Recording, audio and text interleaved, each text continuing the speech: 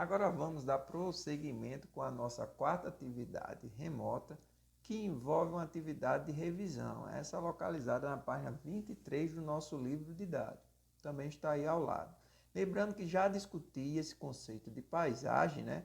E vamos direto para o esboço de resposta dessa questão 1, na qual podemos responder que a paisagem é tudo aquilo que chega até nós por meio dos sentidos, como a visão, olfato e audição.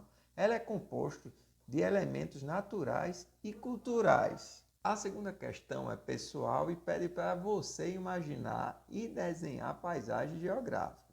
Espero que vocês demonstrem, por meio das representações, ter compreendido essas diferenças entre os elementos culturais e elementos naturais da paisagem e a relação entre a ação do homem e essas transformações. O primeiro desenho ele deve mostrar na paisagem ao menos um elemento cultural.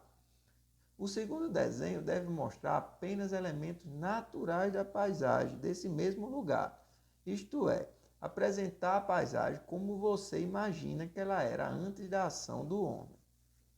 A questão 3 também envolve a observação de duas imagens e na sua letra A é perguntado se há predominância de elementos naturais ou culturais nas imagens. E como esboço de resposta temos que nas duas imagens é possível observar a predominância de elementos culturais. A letra B é perguntado que elementos podem ser observados em cada uma das paisagens retratadas. E como esboço de resposta temos que na fotografia de cima há casas baixas, rua de paralelepípedo, trilhos do bonde, né? Já na foto abaixo é possível observar muitos prédios comerciais e residenciais, ruas asfaltadas, semáforos e automóveis. A letra C é pedido que vocês apontem mudanças e permanência das paisagens. E como esboço de resposta temos que a derrubada de alguns edifícios para a construção de outros, o crescimento das árvores e a maior presença de automóveis pode ser apontado como mudança.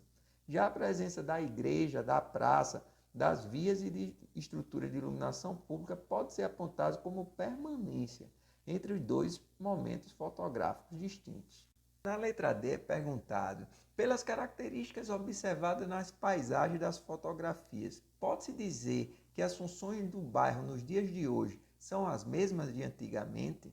E como esboço de resposta, podemos colocar que as mudanças nas paisagens revelam que as relações e as funções do bairro se alteram.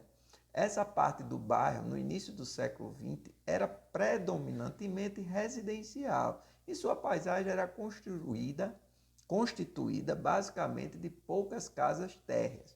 Nos dias atuais, a principal função dessa parte do bairro é comercial.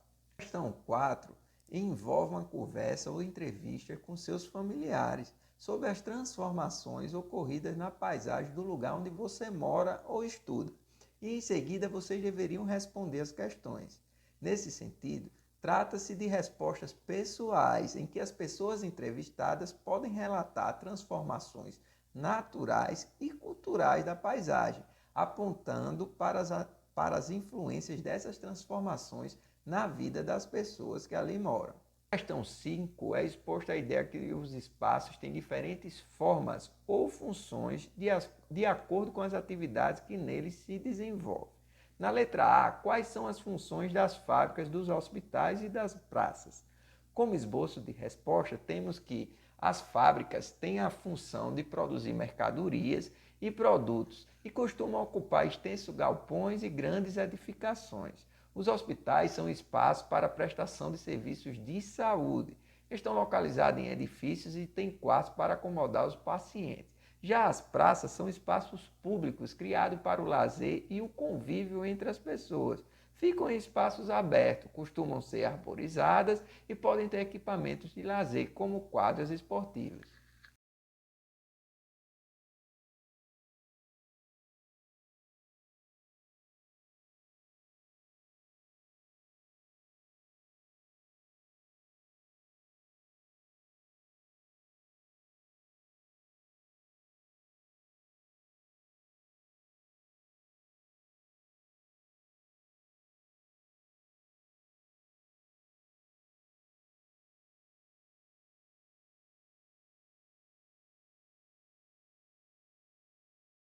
A letra B pede que vocês citem outro espaço que você frequenta, na sua opinião, para que ele foi criado.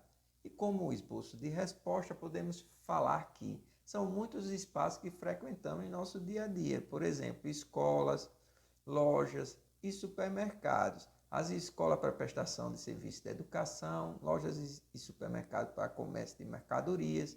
Temos também ruas, estradas e avenidas que são utilizadas para o transporte de pessoas e mercadorias, etc. Questão 6 é pedido que vocês citem 3 motivos que justifiquem a preservação de áreas naturais.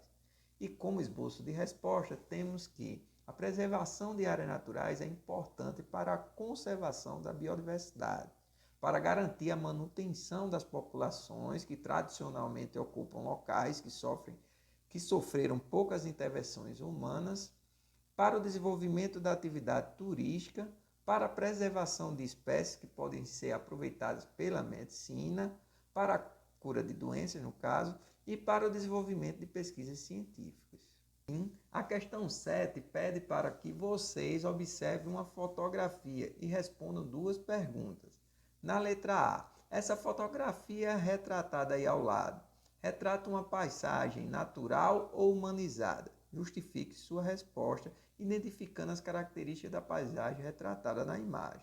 E como esboço de resposta, temos que trata-se de uma paisagem humanizada. Embora haja a presença de inúmeros elementos naturais, como lago, floresta, árvores, rochas, há também elementos culturais, isto é, aqueles construídos pelos seres humanos, como casas, plantações, pastos e rede de energia elétrica.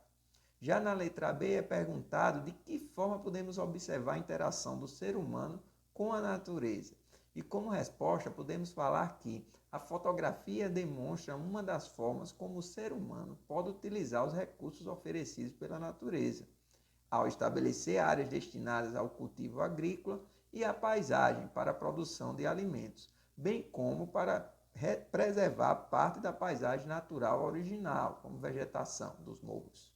E para concluir o encontro de hoje, com os esclarecimentos dados e o conjunto de soluções citadas, agora você que ainda não fez ou entregou está apto e preparado para organizar e entregar essas atividades remotas da nossa disciplina. É isso aí, galerinha. Por hoje é só. Um grande abraço e vamos embora.